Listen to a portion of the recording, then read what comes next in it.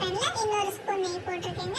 முந்திரி கொஞ்சமா போட்டுட்டு ஃப்ரை பண்ணிக்கலாம். கோல்டன் கலர் வந்ததுக்கு அப்புறமா நம்ம பிளேட்டுக்கு மாத்திடலாம். அதே பேன்ல நம்ம அவல் அரைச்சிருக்கோம்ல அந்த பவுடர் நம்ம நெய்யோட சேர்த்துட்டு ஒரு வாட்டி நல்லா ஃப்ரை பண்ணிக்கலாங்க. நம்ம பீட்ரூட்ல பண்றோம் அதனால ஒரு பெரிய பீட்ரூட் எடுத்துட்டு பீல் பண்ணிட்டேங்க. குட்டியா கட் பண்ணிட்டு ஜார்ல போட்டுட்டு ஒரு அரை கப் அளவுக்கு தண்ணி விட்டுட்டு ஜூஸா பண்ணிட்டேங்க. இப்போ அந்த ஜூஸ் வந்து ஒரு கப் அளவுக்கு அவல் பவுடர்ல ஆட் பண்ணிக்கலாங்க. ஒரு கப் அவல் எடுத்துருக்கோம்ல ஒரு கப் நம்ம பீட்ரூட் ஜூஸ் கரெக்டா இருக்குங்க. ஊத்திக்கலாம். ஊத்திட்டு ஒரு வாட்டி நல்லா மிக்ஸ் பண்ணிக்கலாங்க. நம்ம லட்டு பண்ண போறோம் அதனால பேட்டர் வந்து திக்கா வரணும். பாருங்க இந்த அளவுக்கு வெந்ததுக்கு அப்புறமா சுகருக்கு பதிலா நான் கல்கண்டு எடுத்திருக்கேங்க. சீல அரைக்கும் போது கஷ்டமா இருக்கும் அதனால பெரிய கல்கண்டு கொஞ்சமா இடிச்சிட்டேங்க. பாருங்க இந்த அளவுக்கு இடிச்சிட்டு மிக்ஸி ஜார்ல அரைச்சிட்டேன். அரைக்கிறதுக்கு முன்னாடி ஒரு 2 ஏலக்காய் போட்டு பவுடரா பண்ணிக்கலாங்க. ஒரு கப் அளவுக்கு கிடைச்சிடுங்க. ஒரு கப் கல்கண்டு பவுடரும் போட்டுக்கலாங்க. ஒரு கப் அவலுக்கு ஒரு கப் கல்கண்டு பவுடர், ஒரு கப் பீட்ரூட் ஜூஸ்ங்க. 1:1:1ங்க. எல்லாமே ஈக்குவல் குவாண்டிட்டி. கல்கண்டு பவுடர் நல்லா மெல்ட்டா இருக்குங்க. கடைசியா ஒரே ஒரு ஸ்பூன் நெய் போட்டுட்டு ஒரு வாட்டி நல்லா மிக்ஸ் பண்ணிக்கலாம். இந்த ப்ராசஸ் எல்லாமே சிம்ல ஃப்ரை பண்ணணுங்க.